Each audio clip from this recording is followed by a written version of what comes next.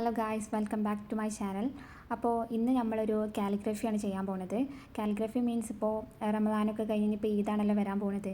അപ്പോൾ ഇത്തരം ഇൻട്രസ്റ്റ് ഉള്ള കുട്ടികൾക്കാണെങ്കിൽ പെട്ടെന്ന് എങ്ങനെ ഒരു കാലിഗ്രഫിയിൽ ചെയ്തെടുക്കാമെന്നാണ് ഞാൻ അവിടെ കാണിച്ചു തരുന്നത്.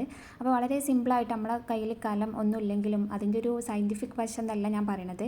എന്നിരുന്നാൽ കൂടി നമുക്ക് ഒരു പെൻസിൽ വെച്ചിട്ട് അങ്ങനെ ഈസി ആയിട്ട് നമുക്ക് അതും ഡബിൾ പെൻസിലൊക്കെ വെച്ചിട്ട് ചെയ്യുന്നവരുണ്ട്. അപ്പോൾ നമുക്ക് ഈ കാലിഗ്രഫി പല മെത്തേഡിലും ചെയ്യാൻ പറ്റും. അപ്പോൾ നമ്മൾ യൂട്യൂബിൽ നിന്ന് എടുത്ത് നോക്കിയാൽ പല മെത്തേഡിലും നമുക്ക് കാണാൻ പറ്റും. അപ്പോൾ ഡബിൾ പെൻസിൽ മെത്തേഡ് ഉണ്ട്, അതുപോലെ തന്നെ കലം വെച്ച് ചെയ്യുന്നതുണ്ട്, അതുപോലെ കാലിഗ്രഫി പെന്ന് വെച്ച് ചെയ്യുന്നതുണ്ട്. അപ്പോൾ മൂന്നിനും മൂന്ന് പെർഫെക്ഷനാണ്. കൂടുതൽ ഇതിൻ്റെ ഒരു സയൻറ്റിഫിക് വേ എന്ന് പറയുന്നത് നമ്മൾ കലം വെച്ചിട്ട് ചെയ്യുന്നതാണ്. അപ്പോഴാണ് ആ ഒരു സ്ട്രോക്കും കാര്യങ്ങളൊക്കെ നമുക്ക് കറക്റ്റ് കിട്ടുള്ളൂ. പിന്നെ അത് നമുക്ക് നന്നായിട്ട് പ്രാക്ടീസ് ചെയ്താൽ മാത്രമേ അങ്ങനെ ചെയ്യാനും പറ്റുള്ളൂ. അപ്പോൾ ഇതൊന്നും ഇല്ലാത്ത കുട്ടികൾക്കാണെങ്കിൽ ഇങ്ങനെ വീട്ടിൽ ഇത്രയും സിമ്പിളായിട്ട് നമുക്കൊരു A4 പേപ്പറിൽ തന്നെ ഇങ്ങനെ ചെയ്തെടുക്കാനും പറ്റും.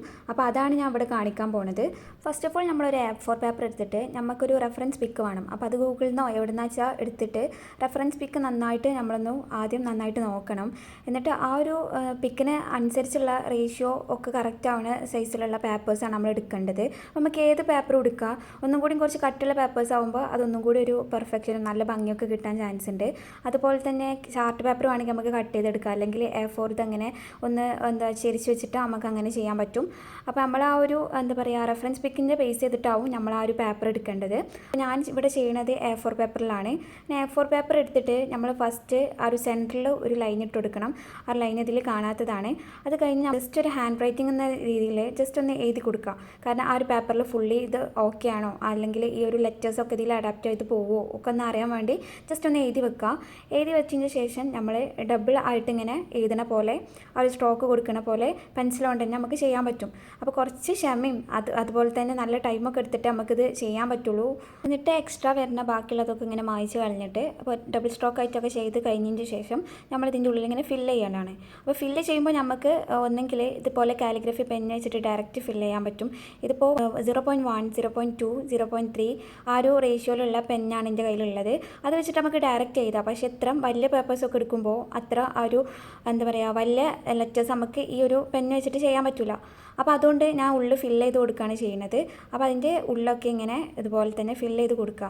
അതിന് വേണമെങ്കിൽ നമുക്ക് ബ്രഷ് ആൻഡ് പെയിൻറ്റ് യൂസ് ചെയ്യുക, അല്ലെങ്കിൽ ഇതുപോലെ മാർക്കേഴ്സ് യൂസ് ചെയ്യുക. പിന്നെ മാർക്കറൊക്കെ യൂസ് ചെയ്യുമ്പോൾ നമ്മൾ പ്രത്യേകം ശ്രദ്ധിക്കേണ്ടത് എന്താണെന്ന് വെച്ചാൽ മാർക്കറിനൊരു സ്ലൈറ്റ്ലി ഒരു ടിപ്പ് ഉണ്ടല്ലോ. അപ്പോൾ ആ ടിപ്പ് വെച്ച് ചെയ്യുമ്പോൾ നന്നായിട്ട് ശ്രദ്ധിക്കണം. കാരണം ഓരോ ലെറ്റേഴ്സും അത്രയും പെർഫെക്റ്റായി കിട്ടണമെങ്കിൽ നമ്മൾ നല്ല ആ ഒരു ശ്രദ്ധയോടും ടൈമോടും കൂടെ ചെയ്താൽ മാത്രമേ കിട്ടുള്ളൂ. അല്ലെങ്കിൽ ഇതുപോലത്തെ കാലിഗ്രഫി പെന്ന് യൂസ് ചെയ്യുമ്പോൾ അതിൻ്റെ നിബ്ബ് നല്ല ഷാർപ്പിക്കാരം. അപ്പോൾ ഷാർപ്പ് നിബ്ബ് വെച്ച് ചെയ്യുമ്പോൾ നല്ല പെർഫെക്റ്റ് ആയിട്ട് നമുക്ക് കിട്ടും. അപ്പോൾ ഇതുപോലെ എല്ലാം ഇങ്ങനെ ചെയ്തെടുത്തതിന് ശേഷം ബാക്കി വരുന്ന സംഭവങ്ങളൊക്കെ നമ്മൾ എറേസ് ചെയ്ത് കളയണം. എറേസ് ചെയ്ത് കളയുമ്പോഴും മെല്ലെ ചെയ്യണം, അല്ലെങ്കിൽ അത് ചിലപ്പോൾ ആ ഒരു പെയിൻറ്റിങ്സിൽ നിന്ന് ഇളകി പോരാനൊക്കെ ചാൻസ് ഉണ്ട്.